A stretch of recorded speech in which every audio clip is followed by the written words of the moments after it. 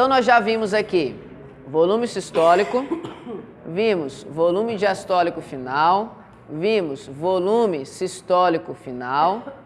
Então, já vimos os principais volumes. É o volume que sai, o volume que fica quando termina de contrair, o volume que tem no coração quando termina de relaxar. Então, a gente já viu os principais volumes. Agora, o que é frequência cardíaca? O que é frequência cardíaca? Pensa, vamos pensar, não vamos olhar para o caderno, vamos pensar. O que é frequência cardíaca? Quantidade. Frequência é quantidade. Então, a gente vai lá para a palavra frequência. O que é frequência em si? É quantidade. Então, a frequência é quantidade. Se é do coração, então é frequência que meu coração contrai, bate por minuto. Que eu vou denominar como BPM, batimentos por minuto.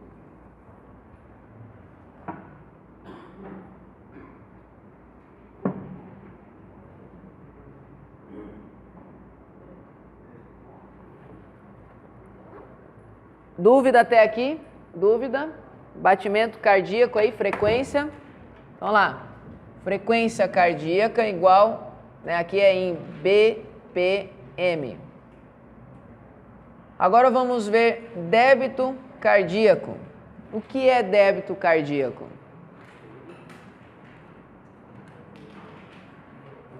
O que é débito cardíaco? Se a gente viu frequência, a gente já viu os volumes. E agora, o que é o débito cardíaco? Quantidade de sangue pelo coração em 1 minuto. Exatamente. Então, quantidade de sangue bombeada pelo coração em 1 minuto. Isso é débito cardíaco. Que no caso, o que eu ponho aqui na fórmula? Para eu saber a quantidade de sangue, lembra o exemplo da água lá nas garrafas e tal? Que volume que vai aqui? Que dado vai aqui? Vamos lá? Frequência do quê? Cardíaca. Porque não é em 1 minuto aqui? Frequência cardíaca é medida em quanto? Batimentos por minuto. Então, estão na mesma unidade. Frequência cardíaca e agora? É mais, soma, subtrai, vezes, divide. Lembra que a gente viu sobre o conceito de produto? Então, agora é o que aqui? Vezes o quê?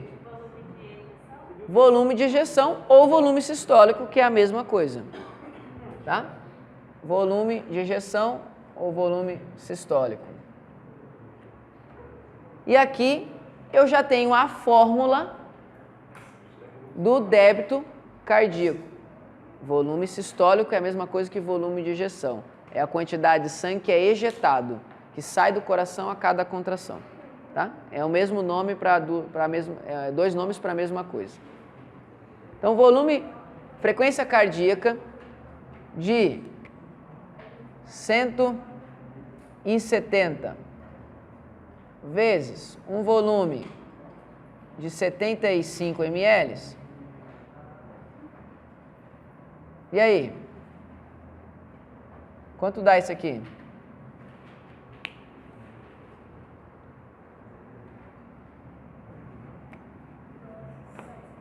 Quanto? 12.750 ml. Como é que eu transformo isso em litro, gente? Como é que eu transformo isso em litro? Corta a casa, é um jeito, mas se assim, matematicamente, divide por 1.000, que vai dar 12,75. 12 o que agora?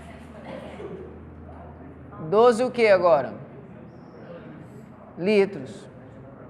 Esse zero à direita não faz diferença, né? Não vai fazer diferença. Então, 12 litros e 750 ml. Ok? Que não necessariamente precisa botar esse zero aqui. A gente pode só falar que é 12,75 litros. Automaticamente já se subentende o outro zero ali, à direita. Deu para entender aqui o cálculo? Relembrou na memória? Não é à toa que eu estou relembrando tudo isso, né? São os principais tópicos que você precisa estudar. Não quer dizer que outros não precisam, mas esse se dedique mais. Não tem como passar nesse conteúdo sem saber esse mínimo que eu estou repetindo com vocês. Volumes, frequência, né? Débito cardíaco, quais os compartimentos do coração. Então, isso é o básico do básico. E depois vai vindo essas coisinhas um pouco mais complicadas aqui. Tá? Dúvida aqui, débito cardíaco, foi? Frequência, débito, volumes. Vamos lá então. Os baroreceptores dividem-se então em dois conjuntos diferentes de arco, dois conjuntos diferentes de arco com a, de acordo com a localização anatômica. Arco aórtico e seio carotídeo. Vocês já viram lá onde é o arco aórtico e o seio carotídeo, paredes, átrios e de grandes veias torácicas pulmonares. Então eu tenho uma quantidade de sensores, né, de baroreceptores nessa região. Baroreceptor é sensor para quê? Pressão. Baroreceptor sente pressão. Então, quando pressiono aqui o braço do colega, ele sente essa força que eu tenho células para tal. No caso, lá dentro da artéria, eu tenho sensores que recebem a informação da pressão do sangue na parede da artéria, manda lá para o sistema nervoso, lá para o tronco cerebral, e lá vai receber essa informação, vai analisar, e se houver necessidade de haver vasodilatação, vasoconstrição, taquicardia. Acho que taquicardia não está anotado nesse slide, não sei, tem algum momento aí, não sei se tem, não? Taquicardia, então anota no caderno. Taquicardia é a aceleração do batimento cardíaco, da frequência. Taque, está acelerando. Bradicardia é desacelerar. Brade. Taque é acelerar. Taquicardia acelerou a frequência. Bradicardia desacelerou a frequência. Por exemplo, hoje eu estava lá apitando, de manhã foi competição de atletismo. E à tarde natação. Aí, para variar, alguns jovens não se atentam, comem no horário adequado, quantidade adequada, mistura tudo quanto é coisa de alimento, e meia hora depois que quer nadar, né? Ainda competir ainda, né? Lógico, uma competição de ensino médio, nada de grande valor, mas que a galera vai lá e dá um gás, né? O que aconteceu com a menina? Desmaiou. Chegou na borda, apagou. Tivemos que tirar de dentro da piscina. Aí melhorou um pouco e tal, aí ela inventou de querer levantar. Atendimento de um enfermeiro e tudo mais. O que aconteceu logo em seguida? Desmaiou de novo. Não caiu, graças a Deus nenhuma das vezes ela caiu, se machucou, nem nada. Porque já estava sendo atendida, amparada, né? Mas o que aconteceu ali naquele momento todo? Quando chegamos perto dela, ela não conseguia abrir os olhos, né? Não sei se você já acompanhou alguém assim dando uma apagadinha. A pessoa, ela até muitas vezes ouve, muitas vezes até consegue minimamente apertar a mão. Então, de imediato ela não conseguia, mas segundos depois ela já conseguiu apertar um pouquinho a mão, ela já estava voltando à consciência. Mas os olhos demorou bastante para abrir. Não conseguia vocalizar, né? Às vezes a pessoa até já tem uma certa consciência, mas ela não consegue verbalizar. E frequência cardíaca dela estava em 144, 150, né? Já minutos depois dela ter saído da água. Ou seja, já era tempo do corpo ter se recuperado. Só que a gente apaga quando falta oxigênio aqui. O que o corpo respondeu? Ativou o sistema nervoso simpático, houve vasodilatação, aumento da frequência cardíaca, aumento do estímulo elétrico para aumentar a força de contração do músculo. E aí o coração dela estava, comendo, para tentar repor a oxigenação cerebral e ela voltar à consciência. Então aqui é uma aplicação prática de tudo que a gente aprendeu até agora. Quase tudo junto, de uma vez assim, né? Um bolo assim, de uma vez. E aí a hora que a gente precisa entender isso. É mais comum do que vocês imaginam as pessoas apagarem fazendo exercício, viu? Quem for trabalhar com escola, talvez aconteça até mais do que na academia, mas de vez em quando na academia acontece também, né? sei se eu contei para vocês na semana passada, um rapaz que apagou na academia. Contei para vocês, não? Ele estava lá na academia, já tem 1 ano e pouco, lá no outro campus. Eu trabalho lá na academia do outro campus, e como instrutor lá na academia. E esse garoto, um jovem de 20 e pouquinhos anos, faz a faculdade lá, não lembro que curso, foi malhar e de repente deu uma apagada lá. Sentiu mal, tontura, tá, deitou no chão, ficou bem grogão. Os colegas seguraram ele e tal, já me chamaram. Eu estava de costas atendendo outro aluno, não vi, né? Obviamente. Aí chamaram a minha atenção, eu fui lá. Chego lá, o menino não conseguia vocalizar direito, aí logo depois ele voltou à consciência. Mas então eu já tinha visto cor de pele e tal, frequência cardíaca, já estava ali fazendo um pronto atendimento. De repente, aí quando ele volta um pouquinho à consciência, ele: professor, não deixa eu morrer não, professor, não deixa eu morrer. Pensa num cara que estava morrendo de medo, desesperado de morrer. Falei: rapaz, você está deixando a fortuna, é? Eu já aproveitei para dar uma aliviada na tensão ali do garoto, né? Você vai estar deixando a fortuna? Deixa um pouquinho para mim então, pô. A gente já se conhecia um pouquinho, né? Aí ele até esboçou uma risada assim e tal, mas o bicho estava preocupado. Não, professor, não estou sentindo o meu braço está formigando, eu estou todo tonto, estou vendo estrelinha e não sei o quê, meus olhos não estão abrindo direito. E falei: rapaz, calma aí, aguenta aí. E o coração, 180 por minuto. Faltava, você via a veia aqui, a artéria aqui, tava explodindo. E ainda assim, arrítmico. Tão arrítmico que a gente vai, acho que eu até tirei essa parte da aula para esse ano, se eu não me engano, mas o arrítmio é quando eu tenho um comando no coração elétrico que comanda os compartimentos contraírem de forma desincronizada.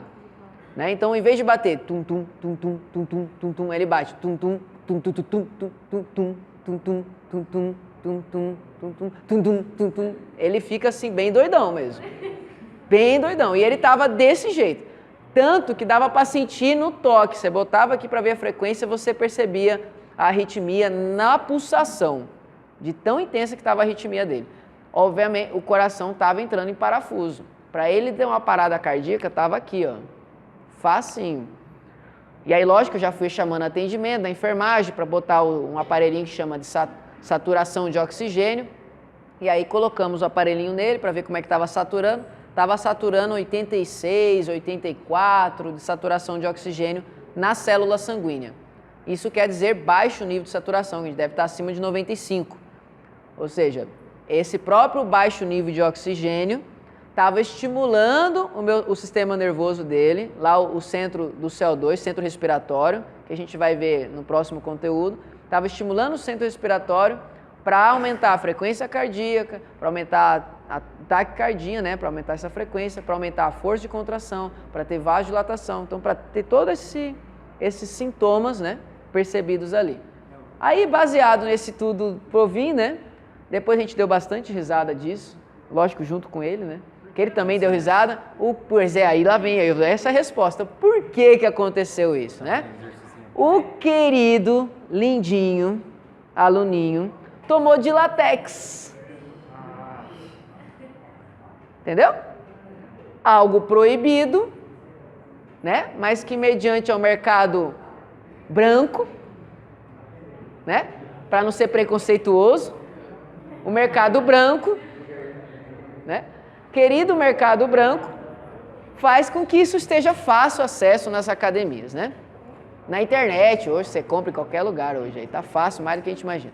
Aí ele tomou, não estava acostumado, e para quem não está acostumado é pior ainda o efeito, né? O que aconteceu?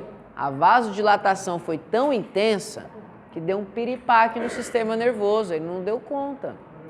Por quê?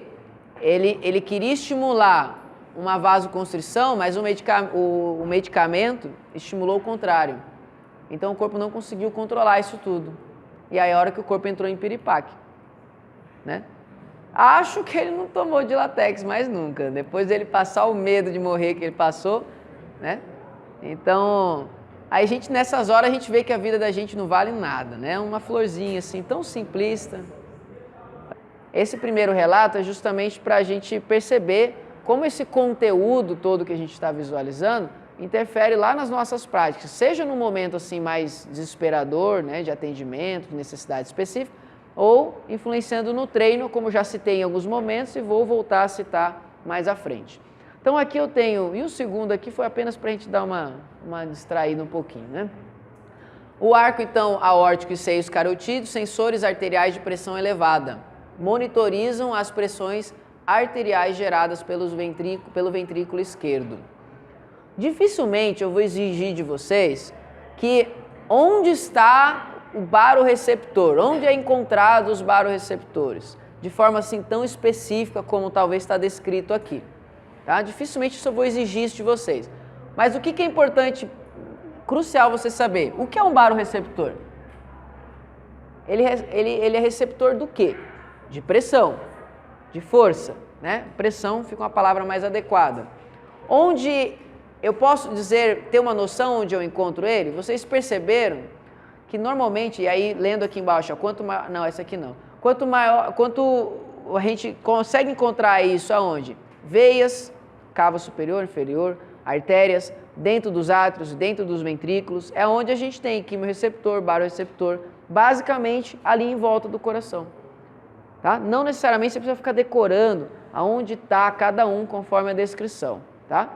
Dificilmente vou exigir isso de vocês de alguma forma, mas entender que está ali próximo do coração, que está ali para reconhecer essa pressão, para mais ou para menos, e levar essa informação para o tronco cerebral e automaticamente, se houver necessidade, reagir àquilo. Então e como que reage? Mediante o sistema nervoso parasimpático ou simpático. Então é esse mecanismo que você precisa compreender minimamente. Quanto maior a pressão arterial, maior a distensão e maior a taxa de descarga neural para os centros cardiovasculares no tronco cerebral. Então vamos ler isso aqui devagarzinho.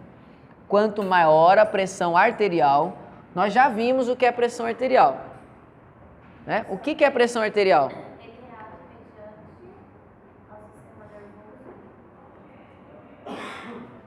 Só um minuto. O que é pressão arterial?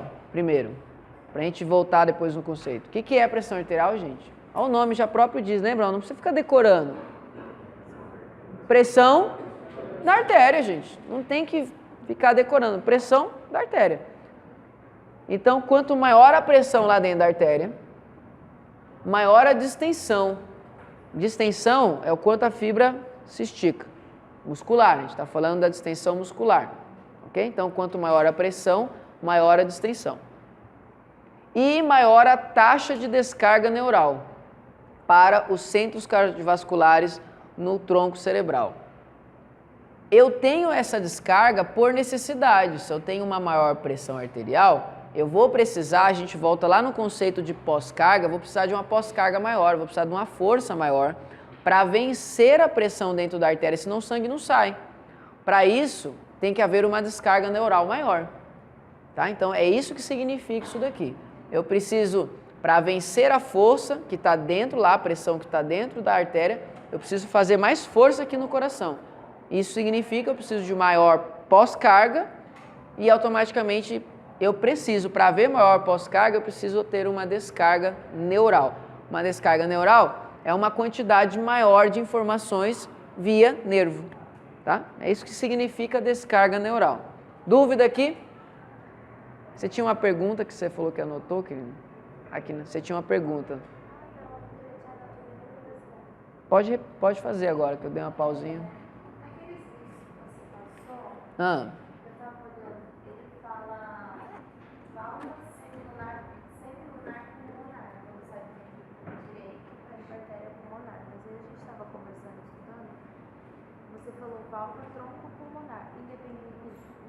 Inclusive no slide nosso, acho que está a válvula tronco-pulmonar, não está? É o mesmo. Pode levar o nome que a gente está usando, que também é correto. Tá bom? Às vezes acontece essas diferentes nomenclaturas, às vezes um nome que é mais antigo, um nome que é mais novo, às vezes se usa dois nomes mesmo, tá bom? Então, nas paredes dos átrios e grandes veias torácicas e pulmonares, nós temos lá sensores de baixa pressão. que responde às alterações de volumes pulmonares. Agora, no caso aqui, dos átrios e grandes veias torácicas. Vai responder a alterações de volumes pulmonares. Então, de acordo aos volumes de sangue que retornam do pulmão, eu vou ter essas alterações. Agora a gente está falando da pequena circulação, né? A gente ali, a boa parte do momento, falou de grande circulação. Então, aqui são sensores que estão na pequena circulação. Os baroreceptores atriais, receptores de pressão que estão dentro dos átrios e venosos, ou seja, dentro das veias, regulam o volume de sangue através de seus efeitos sobre a atividade simpática renal. Então, eu tenho o sistema nervoso simpático ativando o rim, que podem eliminar mais líquido, reter mais líquido. Se eu elimino mais líquido, eu vou ter mais ou menos volume no sangue. Eu elimino o líquido, estou jogando fora, urina. Eu vou ter um volume maior ou um volume menor de sangue? Se eu tenho um volume menor, eu abaixo a pressão arterial. Tá? Por isso, um dos medicamentos mais utilizados para diminuir a pressão arterial é um inibidor do hormônio antidiurético. Então, o hormônio antidiurético é um hormônio que faz eu não ter diurese, é antidiurético. Aí, o que o medicamento vai lá e faz? Inibe a ação desse hormônio para que ele não deixe mais, que ele não faça mais a função dele, que é ele não deixar eliminar. Se então ele não está fazendo a função dele, agora elimina. Então, os medicamentos anti-ADH, que é o hormônio antidiurético, vão agir dessa forma, que é exatamente o que está descrito aqui embaixo, explicado de outra forma. Então, eu tenho o hormônio antidiurético que vai fazer o corpo reter, segurar líquido. Eu vou lá e corto a ação desse hormônio, automaticamente eu vou eliminar. É um dos principais mecanismos de controle da pressão arterial mediante aos medicamentos, às drogas. Não é o único, mas é um dos principais utilizados. A gente tem pelo menos 3 mecanismos diferentes de controle da pressão arterial. Não vou citar todos eles, porque acho que não convém, mas esse é importante, que é um dos mais utilizados. E aí, a hora que você estiver na prática, muitos aqui já estagiam, já praticam ali dentro de academia, escola. O que você vai começar agora? Se instigue ao conhecimento. Você chegou com um aluno lá, uma aluna que é hipertensa, pergunta para ele, para ela, qual medicamento que ela usa. E aí, baseado naquele medicamento, você pega o nome, pega qual é a dosagem que ela usa, qual é a frequência que ela usa, né? Qual a posologia, né? Quantas, cada 8 horas, cada 12 horas, uma vez por dia, cada 24 horas, qual é a dosagem, né? Em quantidade mesmo do medicamento. E aí, a hora que você vai estudar o quê? Qual é a ação daquele medicamento? Nós não temos uma disciplina de farmacologia, até mesmo porque não tem grande importância imediata. Mas hoje, como a boa parte da população usa muito medicamento, tem muita patologia para todo lado, seja psíquica ou física, congênita ou adquirida, tem patologia de monte, medicamento de monte. Cada vez mais, só mais medicamentos no mercado. Então, vale a pena você, quando vai fazer uma anamnese, uma avaliação física, você perguntar, usa medicamento regularmente? Usa esporadicamente? Se usa, qual? Será que aquele tipo de medicamento interfere numa ativação do sistema nervoso simpático? Numa ativação do sistema nervoso parasimpático? Será que altera a frequência cardíaca desse aluno? Altera o sistema de alerta? Será que a pessoa fica mais mole ou muito acesa? Será que isso não pode interferir no resultado dos meus treinos? Aí, às vezes, a gente não sabe por que o aluno chega lá todo zen e está tomando antissolítico, né? Que causa sono, né? Ele dá ali sono, dá sonolência, dá moleza, né? E aí a pessoa chega para treinar toda devagar, mas aí você não sabe que ela está tomando um antissolítico. E aí é a hora que você precisa começar a entender, tá bom? Aos pouquinhos a gente vai, mediante ao que vem, a gente é estimulado a estudar e aí melhorar a nossa prática. Faço isso até hoje. Às vezes a gente passa anos sem ver alguma coisa, anos, aí daqui a pouco aparece de novo e você já nem lembra mais. Aí você volta de novo a estudar aquilo e assim vai indo, tá? Quimioreceptores, então, são fortemente estimulados pela hipoxemia. Agora mais um conceito, anota aí. O que é hipoxemia? Vamos lá. Hipo é o quê? Hipo. Quando eu falo de hipertensão, que diferença tem de hipotensão? Hiper. Hipo, baixo. Então, hipo ali é o quê? Baixo. Então, aqui é baixo. O que é baixo? Oxigênio no sangue. Baixo nível de oxigênio no sangue. Hipoxemia. Que é exatamente quando eu peguei aquele colega lá, aquele rapaz, aluno meu lá, que tomou Dilatex, colocamos um oxímetro no dedo, é um aparelhinho, para ver o que? Exatamente isso, nível de oxigênio, de saturação de oxigênio no sangue. E estava baixo. Estava baixo. Quando isso acontece, né? Lembra, ó, quimiorreceptor é para substância química. Aqui a gente está falando de química, oxigênio. Então, baixos níveis de oxigênio estimulam quimiorreceptores fortemente. Os principais efeitos cardiovasculares de estimulação dos quimiorreceptores são vasoconstrição e aumento da frequência cardíaca. Vasoconstrição nós já vimos, né? É um vaso que está contraindo, mediante aquela musculatura lisa em volta das artérias. Tá? Artérias que tem, veia não tem. Apenas as artérias têm músculo liso. E essas artérias, com essa musculatura lisa, a musculatura lisa vai contrair e ter uma vasoconstrição, vai diminuir a luz do vaso. E vai aumentar a frequência cardíaca, baseado nesses estímulos. Pressão arterial é igual a débito cardíaco vezes resistência periférica. Não vou exigir isso de vocês em momento nenhum, tá? Então não precisa memorizar isso aqui. Mas vamos voltar ao conceito. Nós já vimos o que é pressão arterial. O conceito simples é a força que o sangue exerce nas paredes das artérias. Mas como se calcula isso? Se calcula dessa forma: débito cardíaco vezes resistência periférica total. Tá? Débito cardíaco é mais fácil de medir.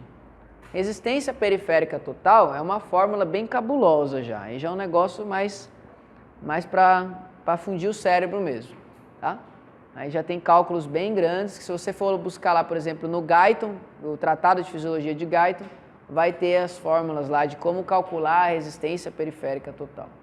Pressão sistólica indica o trabalho do coração e a tensão que age contra as paredes arteriais durante a contração ventricular, que é aproximadamente 120 milímetros de mercúrio.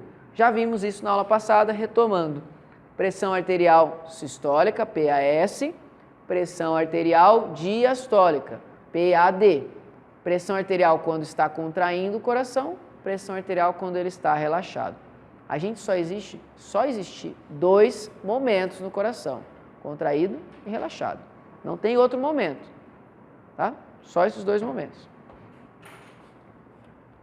Deixa eu ver aqui, foi tudo. Aí a pressão diastólica, mesma coisa ali embaixo. Ciclo cardíaco. O que é um ciclo cardíaco? É o período do início de um batimento cardíaco até o início de outro, seguinte. Então, lembra que eu tenho um ciclo a ser seguido? Eu tenho o átrio que contrai primeiro, que põe sangue para o ventrículo contrair e ejetar sangue para fora do coração? Isso acontecendo ambos os lados do coração, os dois átrios, os dois ventrículos. Quando isso tudo ocorre, começou lá no átrio, não necessariamente junto, tá? Mas para facilitar o entendimento. Começou lá no átrio, passou para o ventrículo e contraiu ambos, acabou o ciclo, acabou uma voltinha, um ciclo cardíaco. Tá?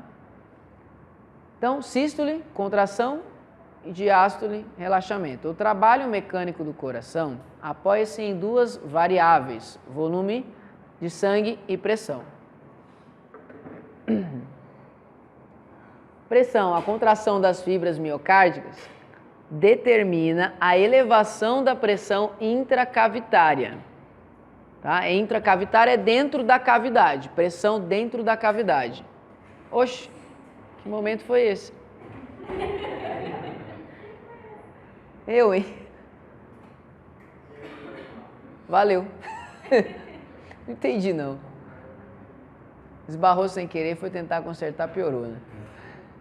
Acontece.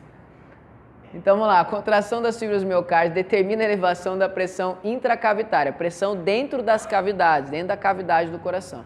E o relaxamento das fibras induz a uma queda da pressão, uma queda pressórica.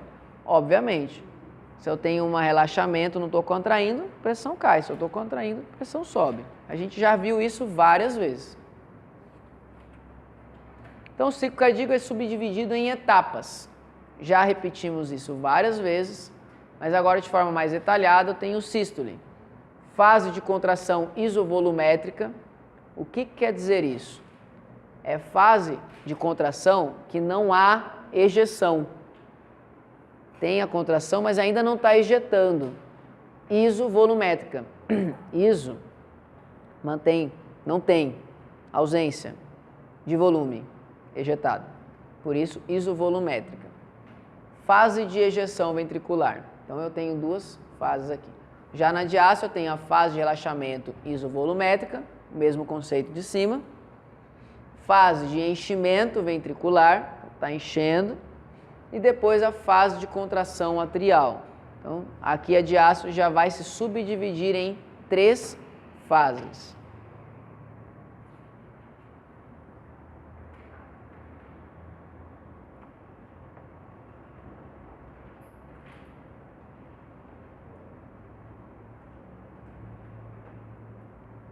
Enchimento ventricular lento, momento de repouso elétrico e mecânico do coração.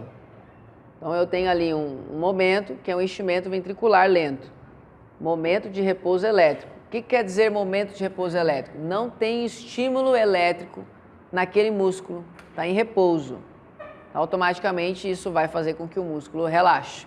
Só vai haver contração se houver estímulo elétrico. Como não tem estímulo elétrico, relaxou, né? Faz o inverso. As cúspides, né? Lembram das cúspides? São as lâminas, né? Das válvulas.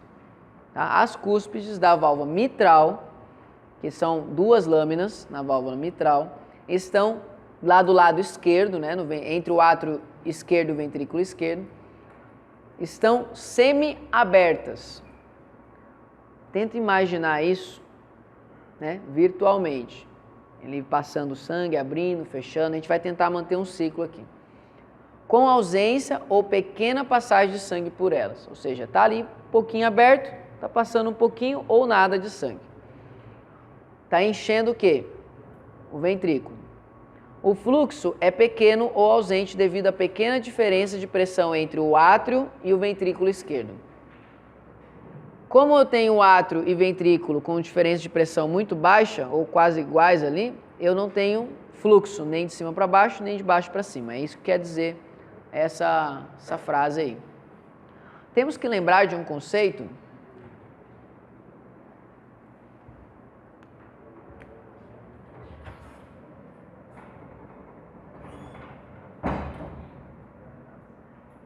fluxo só existe do ambiente de maior pressão para um ambiente de menor pressão. Isso aqui é importante a gente lembrar que lá no respiratório é a mesma coisa. A gente vai aplicar isso de novo. Ambiente de maior pressão para ambiente de menor pressão. Não existe fluxo. Fluxo é o andar, o percorrer. Está indo de um lugar para outro. No caso aqui a gente está falando de fluxo de sangue. O fluxo de sangue só vai existir se tiver maior pressão num lugar e menor no outro. Aí vai sair do mais para o menos, sempre. Tá? Se ambos estiverem aqui, esse igual a esse, não existe fluxo. Se eu e o colega aqui conseguir um empurrar o outro na mesma força, eu não empurro ele para lá e nem ele para cá. Fica no mesmo lugar. É isso que acontece quando eu tenho ambientes de pressão semelhante igual. E, obviamente, se inverter, eu vou ter o fluxo invertido. Então, voltando aqui, o fluxo é pequeno ou ausente, devido à pequena diferença de pressão entre átrios e ventrículo esquerdo. Átrio e ventrículo esquerdo. Fase de contração atrial. O coração, a parte atrial ali, então tem uma contração, devido a um novo estímulo no nó sinusal. Nós já vimos lá o nó sinusal, uma estrutura neurológica, né, pequena, que está acima do coração, a parte superior, que é responsável por estimular eletricamente o nosso coração. Mas o meu sistema nervoso, lá o tronco cerebral, pode interferir mediante o sistema nervoso simpático e parasimpático. Mas ele, basicamente, tem um controle ali autônomo, automático. Foi um dos primeiros conceitos que a gente viu lá no início da aula de cardiovascular. Que o coração tem um controle automático, que pode ser interferido. Então aqui, devido a um novo estímulo lá nesse lugar, nó sinusal, a musculatura atrial irá se contrair. Ocorre então a redução do volume interno do átrio esquerdo. Redução do volume interno, ou seja, ele está contraindo, reduzindo o volume e colocando o sangue para dentro do ventrículo. Elevação do nível pressórico da cavidade, com consequente impulso de sangue para o ventrículo esquerdo, que é exatamente o que eu falei. Então, contraiu, apertou, aumentou a pressão aqui no átrio. Se aumentou a pressão no átrio, agora o sangue desce para o ventrículo. Por quê? Porque aí no ventrículo está vazio e ali eu tenho menor pressão. Então eu vou ter um ambiente de maior pressão no átrio, menor pressão no ventrículo, há um fluxo. E aí o sangue desce. A contração atrial é responsável por 25 a 30% do débito cardíaco. Isso aqui dá um nozinho na cabeça, tá? Por quê?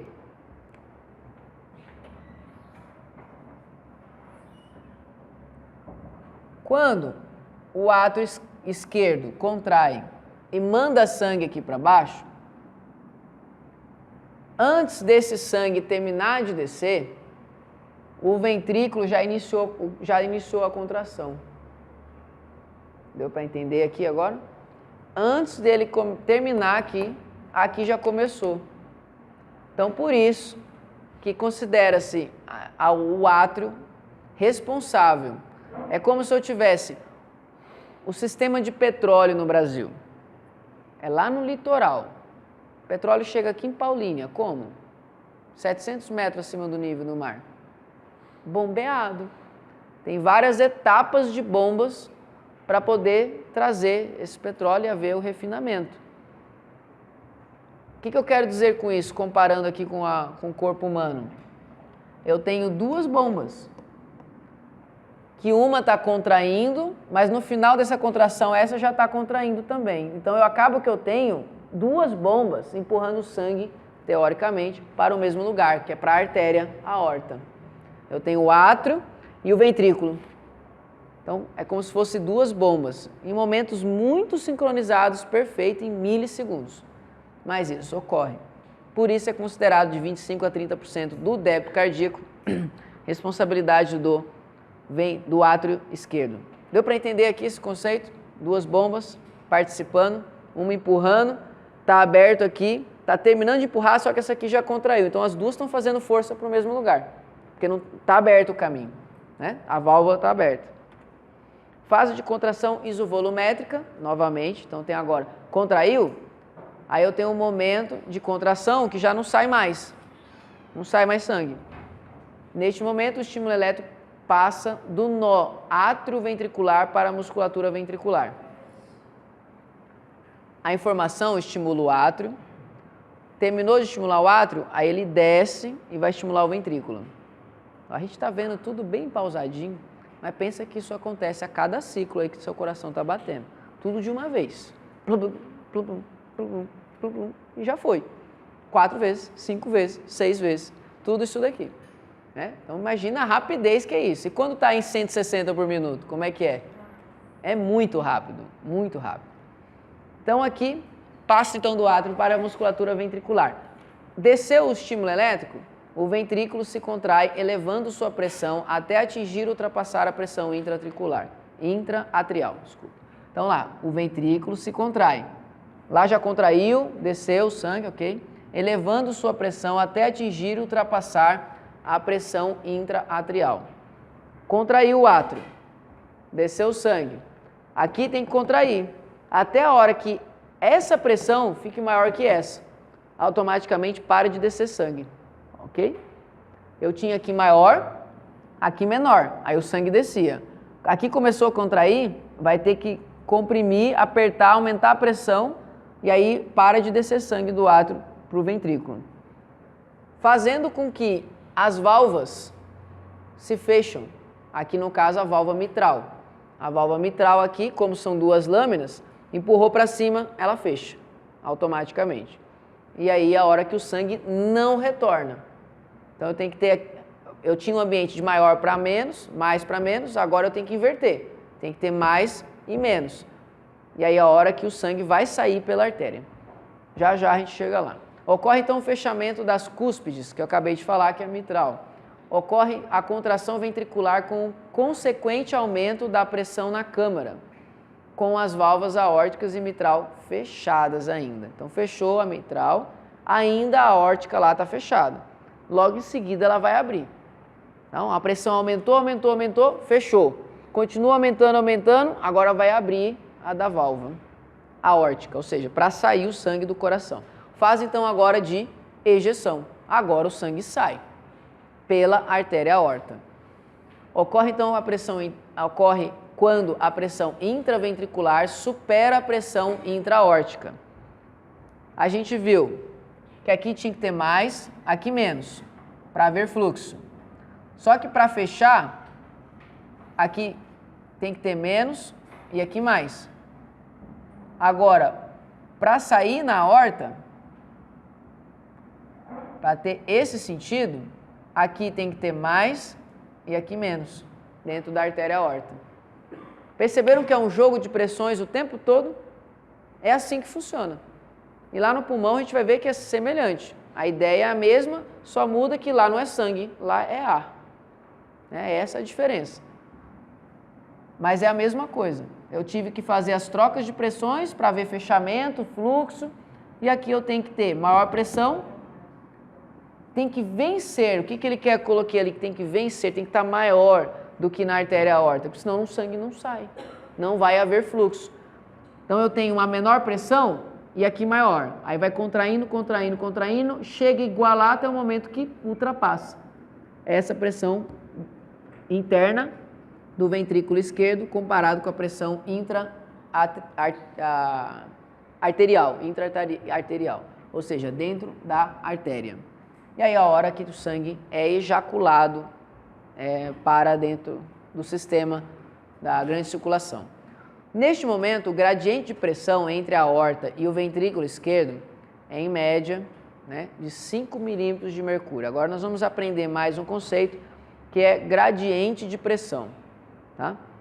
Para quem gostava de física, eu espero que pelo menos tenha um pouco aqui que gostou de física no ensino médio, gradiente de pressão é a diferença de pressão.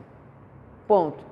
A gente está o tempo todo falando que um tem que ser mais, outro que menos, um mais, senão não tem fluxo. Essa diferença tem que ser no mínimo de 5 milímetros de mercúrio para que eu consiga ter esse fluxo de sangue saindo do ventrículo em direção à aorta. Então lá, neste momento o gradiente de pressão entre a aorta e o ventrículo esquerdo, em média, 5 milímetros de mercúrio.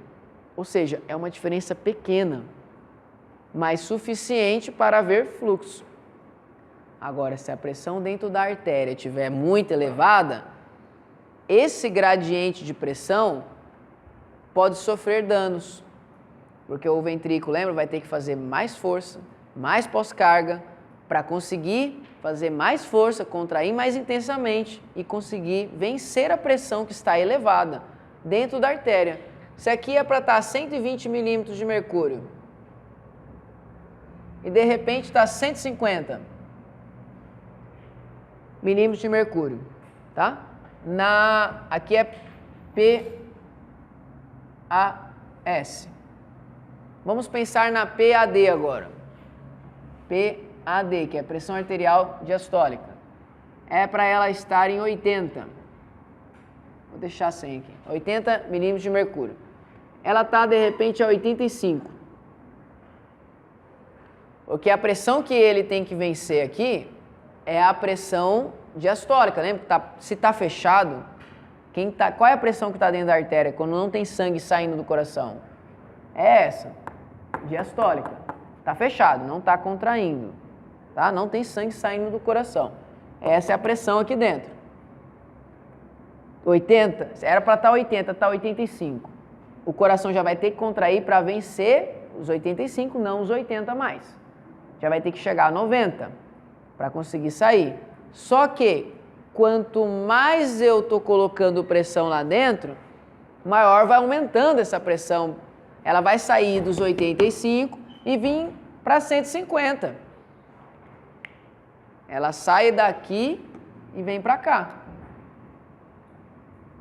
Em vez de ele vencer 120 milímetros de mercúrio no final da contração, ele vai ter que vencer 150. Olha quanto mais de força o coração tem que fazer para vencer essa carga, essa pressão.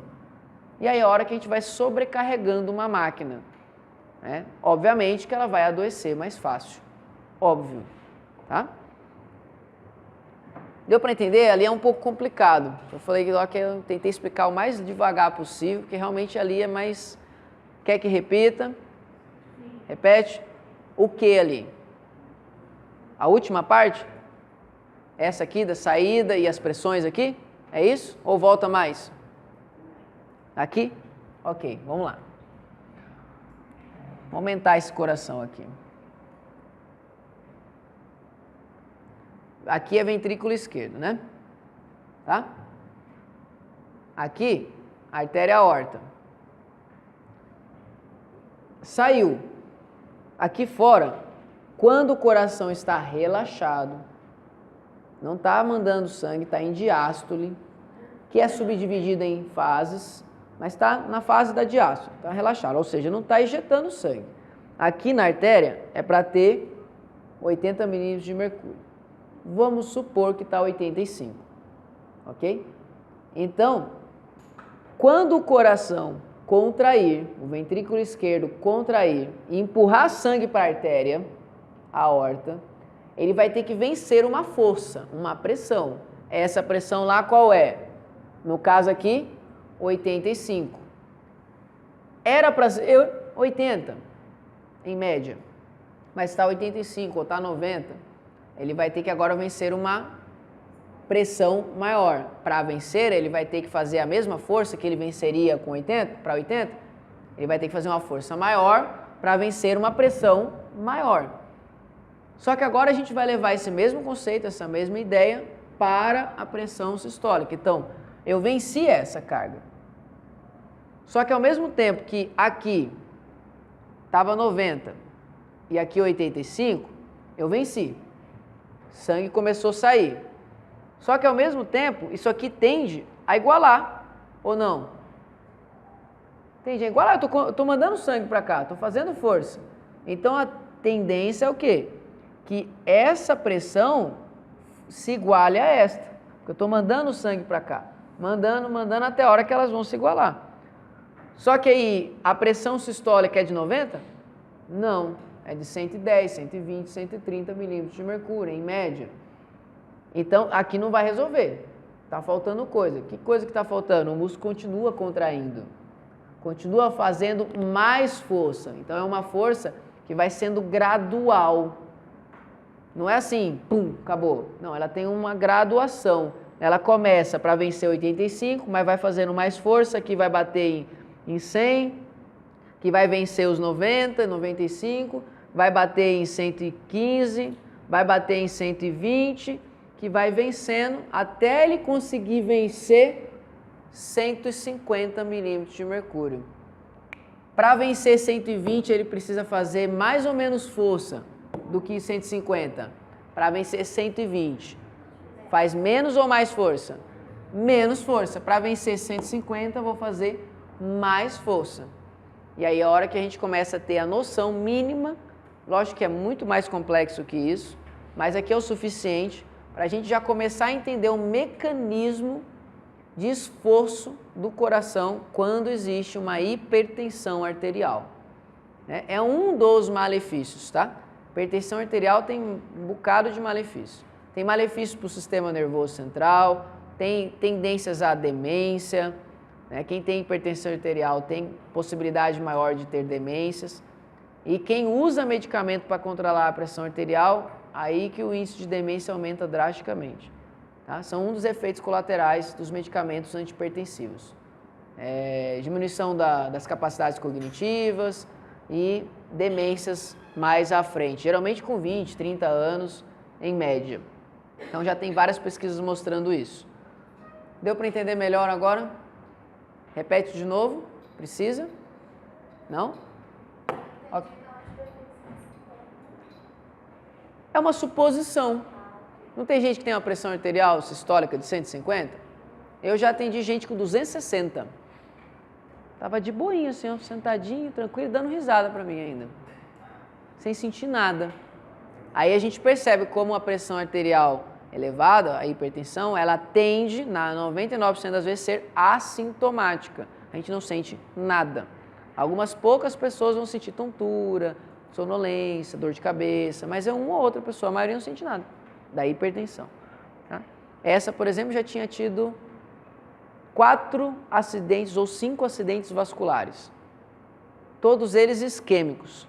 Né? O isquêmico é quando entope, tá? Não derramou sangue, apenas entupiu. Mas a mulher ainda andava, falava e tal, tinha algumas poucas sequelas, a mulher era sobrevivente literal, guerreira. Mas ela chegava lá direto para atender ela e estava nessa pressão lascada de ser 200 e tanto. A gente não conseguia atender. De cada 10 tentativas de atendimento, 9 era frustrada. Porque a gente não pode atender como educador físico, como fisioterapeuta, com pressões maiores que 150 milímetros de mercúrio.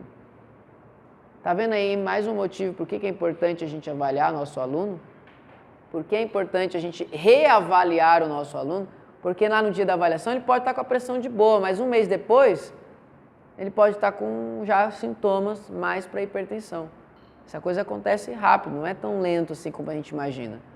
E aí a hora que ele está lá, com pressão de 150 já, ele já chegou na academia com pressão de 150 por 90, tá? 150 por 90. Quando a gente faz exercício, a pressão sobe ou desce? Ou fica a mesma coisa? Sobe, sempre. Qualquer exercício, em qualquer intensidade, minimamente vai subir sua pressão arterial. Então, se você já está em 150, para bater em 200, está mais perto, não está? Se você está em 120, está mais longe para bater nos 200. Está vendo aí o risco que a gente se coloca como profissional? Porque aí ele pode ter um acidente vascular, pode ter um infarto ali, dentro da academia. Dentro da academia do clube, né, do condomínio, que você vai fazer um personal, ou lá na academia que você é professor, em qualquer lugar. Você está atendendo o seu aluno, não verificou a pressão arterial, é o risco. Então, conselho, você quer ser um bom profissional? Compra um aparelhinho de punho, que é mais prático, não é tão preciso, obviamente, mas já ajuda pra caramba, já é uma baita de uma ferramenta. Um aparelhinho de punho de pressão arterial. É fácil de aplicar, pequenininho para carregar na mochila, e meus atendimentos todos eu verificava a pressão arterial. No mínimo a cada 2 sessões, 3 sessões estava ali, ou seja, cada no máximo 15 dias eu estava verificando a pressão arterial dos meus alunos, para evitar. E eu tive situações de alunos que estavam 3, 4 meses de boa, de repente, 2 semanas consecutivas a pressão elevada. Ficou quietinho, tomou uma aguinha, relaxou, baixou a pressão, regularizou, deu uma equilibrada, estava muito estressado e tal, começa a sessão. Não, para casa. Se tiver muito elevado, exageradamente, vai para o atendimento médico. Né? E a gente alivia as possibilidades de risco. Alguém levantou a mão?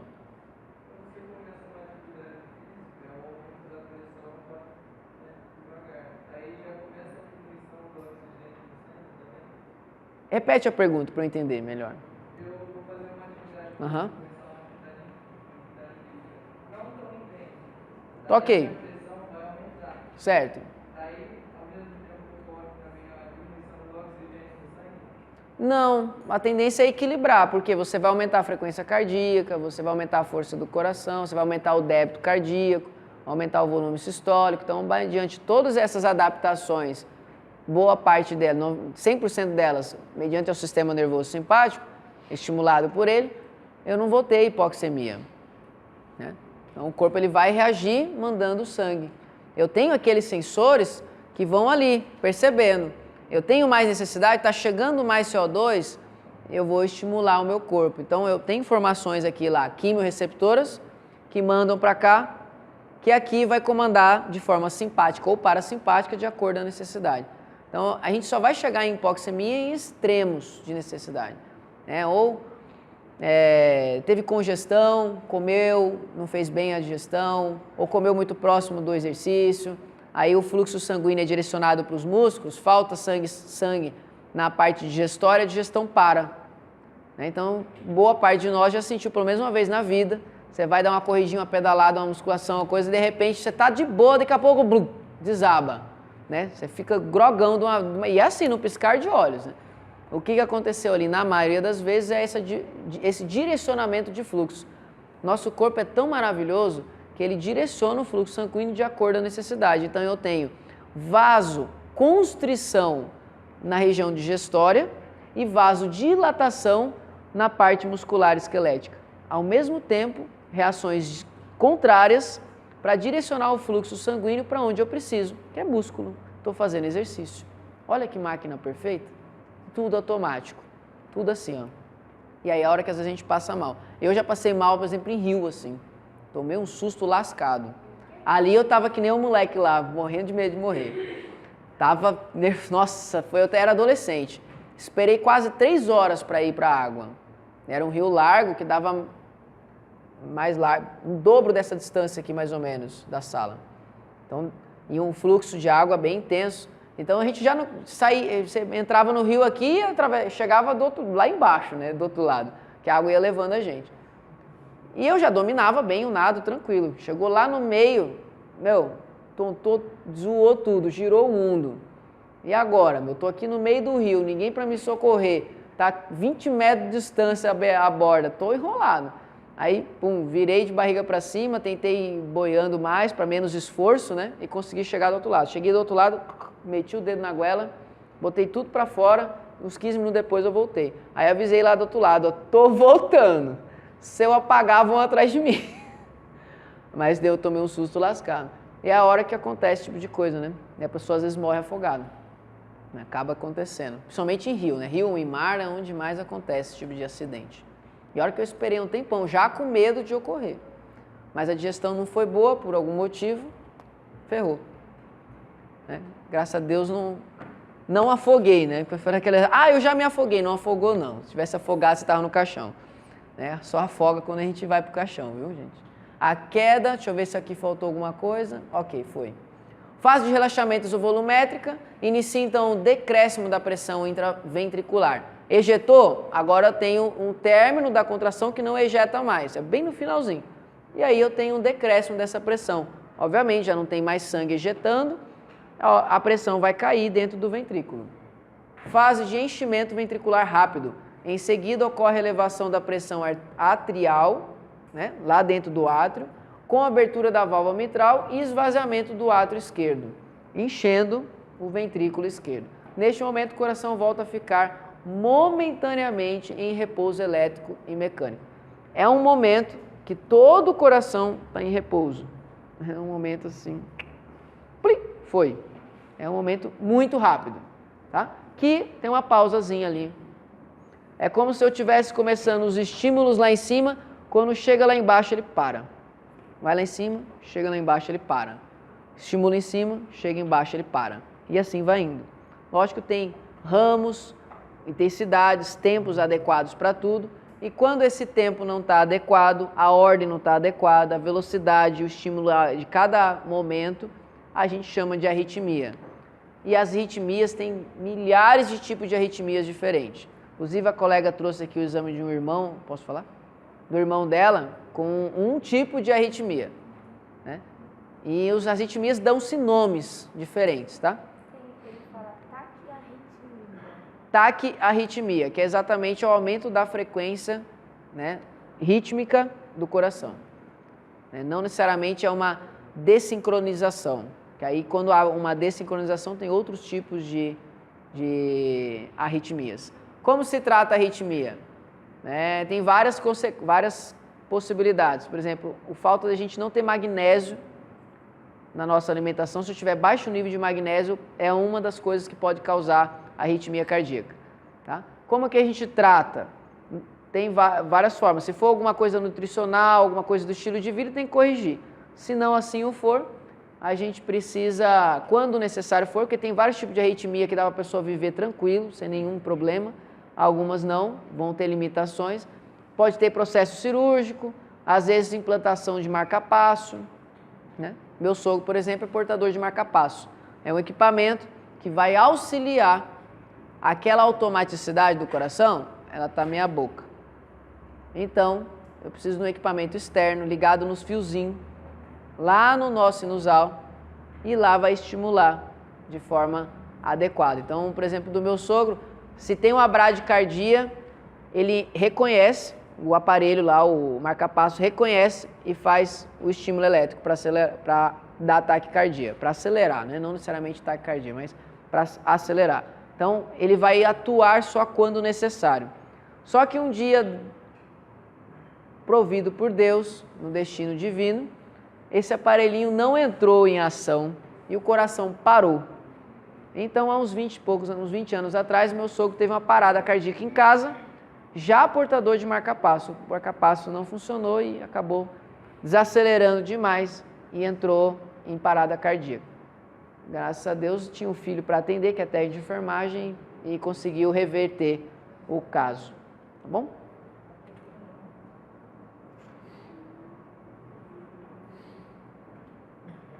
Vamos lá. Acredito, deixa eu ver que oração aqui. Tem que acabar hoje.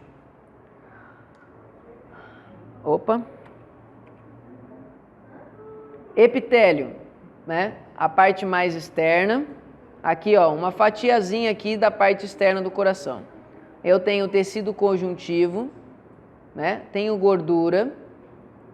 Assim como nós temos na pele humana, né? A parte mais externa. Eu tenho o epicárdio.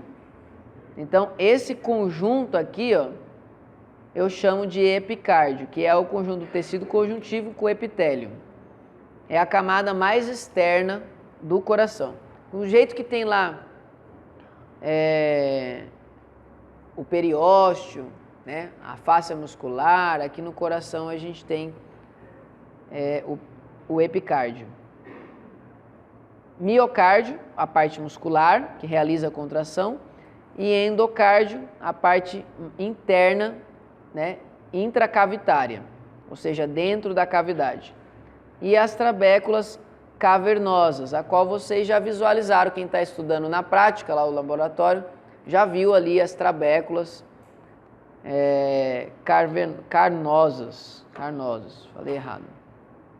Aqui, dá para vocês relembrarem as estruturas e, mediante a essas setinhas, você ter noção de como que é o fluxo sanguíneo. Então, é mais uma figura para facilitar teu estudo. E aqui embaixo, um resumo, tá? Daquele ciclo da grande circulação e da pequena circulação. Então, estudem, memorizem por onde o sangue passa. Passa por onde? Vem do átrio esquerdo, válvula mitral, ventrículo esquerdo, artéria aorta, corpo, veia cava superior, veia cava inferior, átrio direito, depois válvula tricúspide, ventrículo direito, artéria pulmonar, aí são duas, né? Pulmão, 4 veias pulmonares, átrio esquerdo. Acabou o ciclo. Ali a gente passou pela grande e pela pequena circulação. Então isso é algo que vocês precisam memorizar.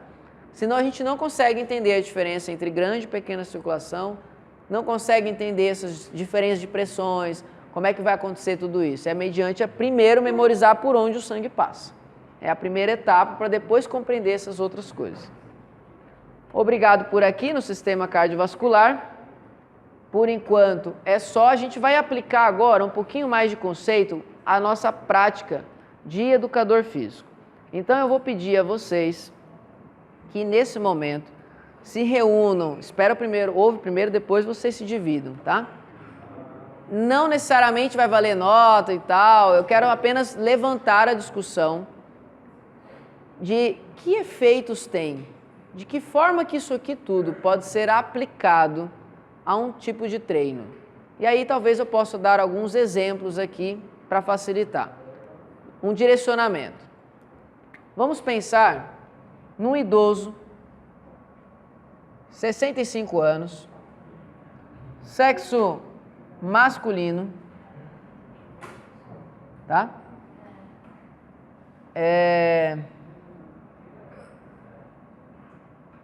Hipertenso, há 5 anos,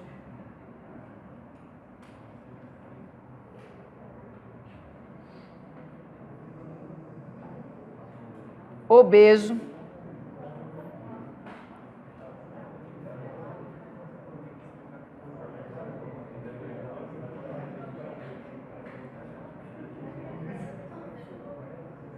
noventa quilos,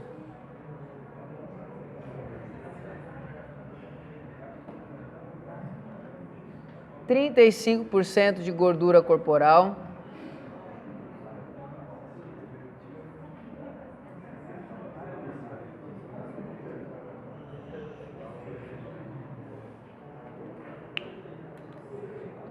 deixa eu pensar em mais alguma coisa aqui. A estatura aqui não vai interferir, não.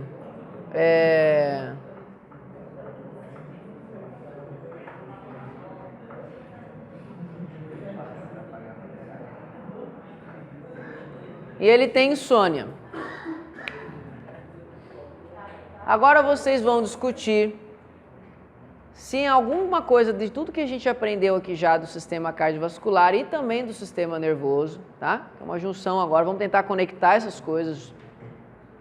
De que forma que a gente pode compreender melhor essa pessoa, o estado físico dela, mediante a tudo que a gente estudou até agora. E aí eu vou pedir, vai ser uma discussão rápida, de 5 ou 10 minutos, coisinha rápida mesmo. E depois eu vou pedir para cada grupo, talvez não dê tempo de todos, levantar uma questão que vocês discutiram. Então discutiu 2, 3, 4, levanta uma, outro grupo levanta outra, para a gente fechar a aula aqui, provavelmente nesse rumo, tá bom? 5 minutinhos para vocês discutirem, no máximo 4 pessoas por grupo. Ele tem 65 anos, sexo masculino, hipertenso há 5 anos. Só não coloquei aqui, mas se ele é hipertenso há 5 anos, aqui toma medicamento. 90 quilos, peso corporal, massa corporal, obeso, 35% de gordura corporal, artrose no joelho esquerdo e tem insônia. Primeiro, vamos dar uma caracterizada nele aqui. Ele é hipertenso. Vamos pedir para esse grupo aqui. Se não souber, não tem problema nenhum não, tá? Fiquem tranquilos. Ele é hipertenso há 5 anos. Digo para vocês que ele está controlado com medicamento. Ok?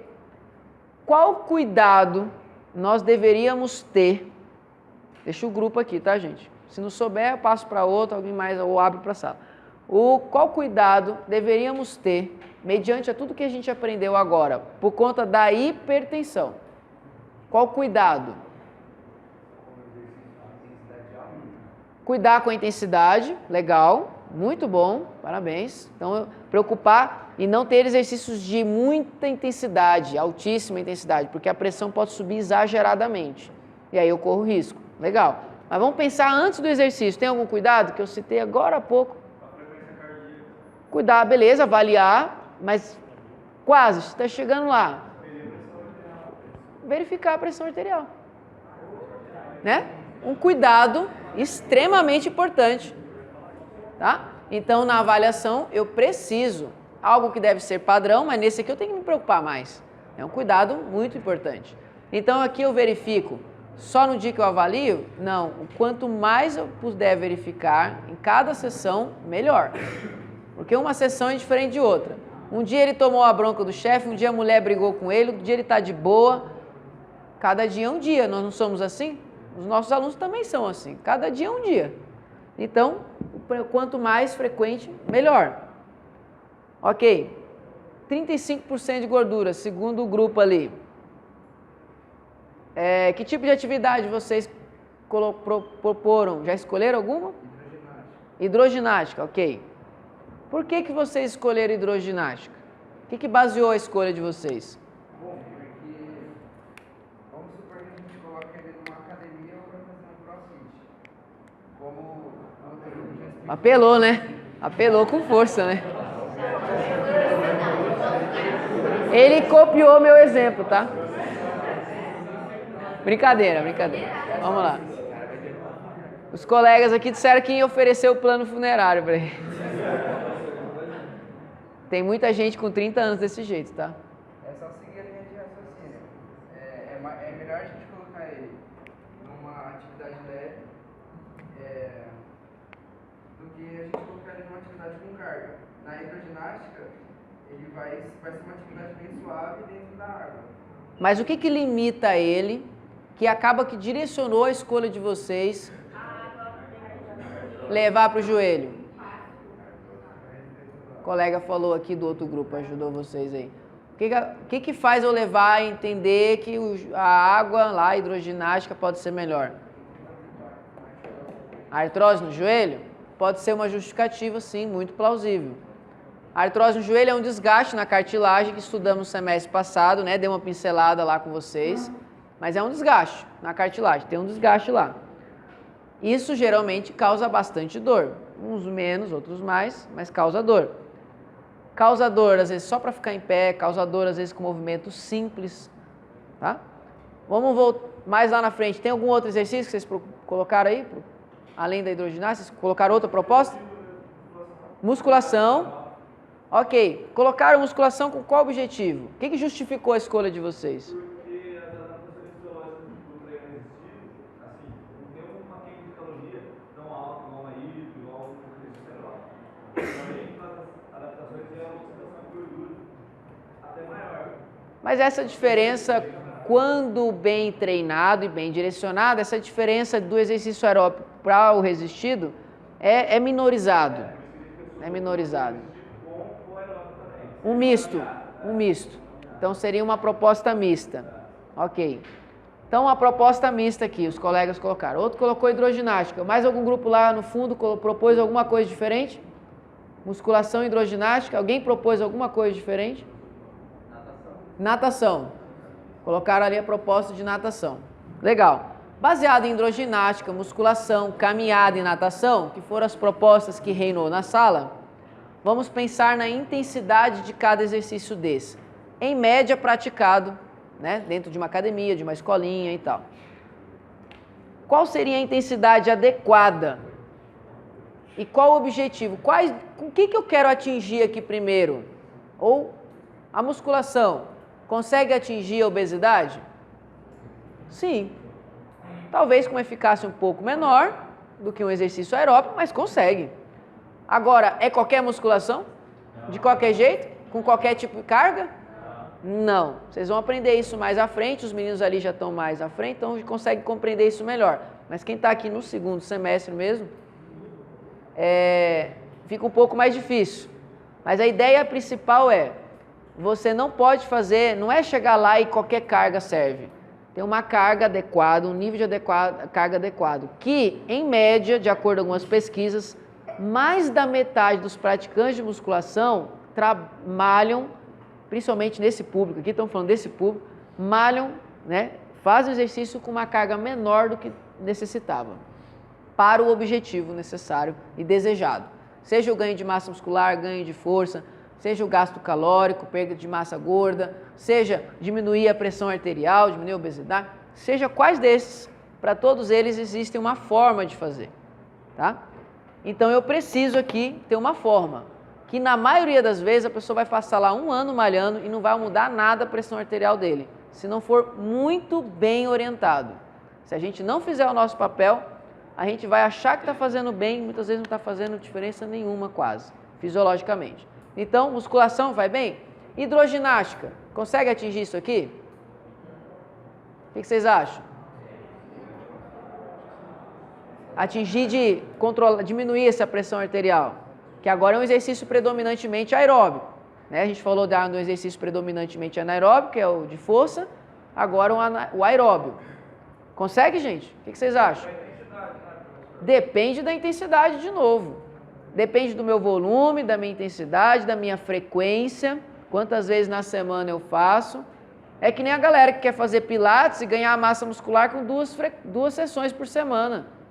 Pô, vai ralar muito para conseguir um resultado, às vezes, bem pequeno. Por quê? É a frequência. Então, eu tenho que ter frequência, tem que ter volume, tem que ter intensidade, que aí é a carga. Tudo isso bem dosado. Na hidroginástica é possível, sim. Na maioria das vezes, a gente não chega também, né? Seja porque é uma aula que tem um estímulo já menor mesmo, ou o próprio aluno, né, faz mais lento, faz mais, com uma frequência menor, né, uma amplitude menor os movimentos, não usa os objetos os auxiliares da prática de hidroginástica de forma adequada e acaba não gerando as cargas necessárias. Tá? Então eu preciso também ter uma forma de atuar, senão os resultados ou vão ser nada ou quase nada. Tá? Mediante ao joelho, dá para fazer musculação? Dá. Agora, depende do nível da artrose.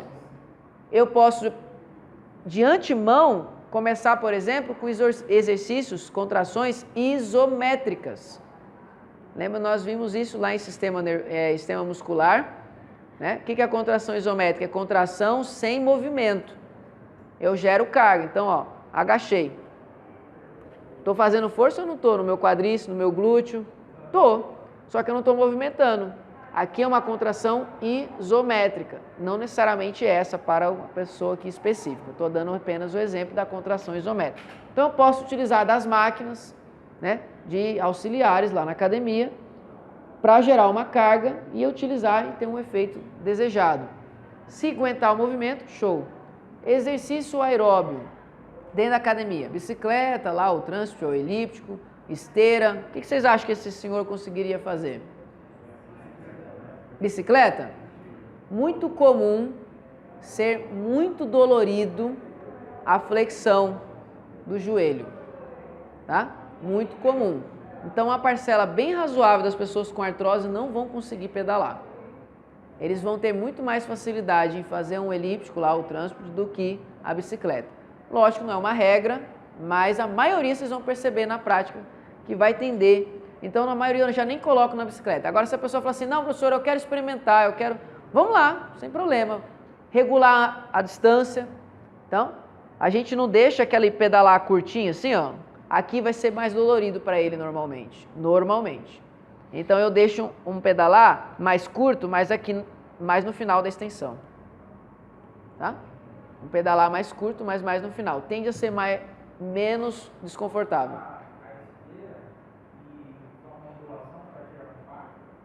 Então, será que tira o impacto? Essa é a minha pergunta. Eu acho difícil. Apesar que tem as esteiras que amortecem, que dão uma aliviada, assim, tem tênis e tal e tal. Vai depender muito do nível da artrose da pessoa. A gente não vai entrar em detalhes, mas tem que avaliar de forma bem específica. Vai depender. Eu já tive aluno com artrose que fazia esteira de boa. Só que tinha dia que dava crise, chegava lá e não conseguia fazer nada. Então, às vezes tem essas oscilações também, que você tem que fazer uma mudança rápida no treino, porque ele chegou com dor. Né? Tá bom? Aqui, ó, esse lado aqui que não participou muito, que de sistema cardiovascular que nós aprendemos até agora, pode interferir ou se encaixa com esse paciente. Obesidade tem a ver com o que a gente aprendeu? Sistema cardiovascular, sistema nervoso, o que vocês acham? Tem conexão com obesidade? E aí, que tipo de conexão pode ter? Eu posso ter placas de gordura a mais no sangue? Até citei aqui para os colegas que eu já vi em UTI, nunca trabalhei em UTI, mas estagiei quando estudante de fisioterapia, e já vi em outros lugares também, em outros momentos, tirar o sangue, né, retirar o sangue e ver as placas de gordura saindo na seringa. Visual, tá? Branco assim, é branco para amarelado, né? Placa de gordura é mais para amarelo. Então, isso pode interferir na minha pressão arterial? Pode interferir no meu treino? Ok? Então, eu posso estar estimulando. O que mais que eu posso ter de conceitos ali? Ou dentro da hipertensão, dentro da artrose? Tem mais algum conceito que vocês podem aplicar? Vocês discutiram aqui, lá no fundo? Alguém mais discutiu mais alguma coisa que eu não citei? Que vocês querem acrescentar? Vamos lá, gente. Ali é um paciente que está no caminho da síndrome metabólica, né? Talvez até já o tenha, né? Talvez não diagnosticado apenas. Circunferência da cintura também. Porque assim, pela idade dele, 65 anos, 35% é acima da tabela de referência para a idade. Tanto é que está obeso. Considerado obeso porque está acima da referência média saudável das porcentagens de gordura corporal.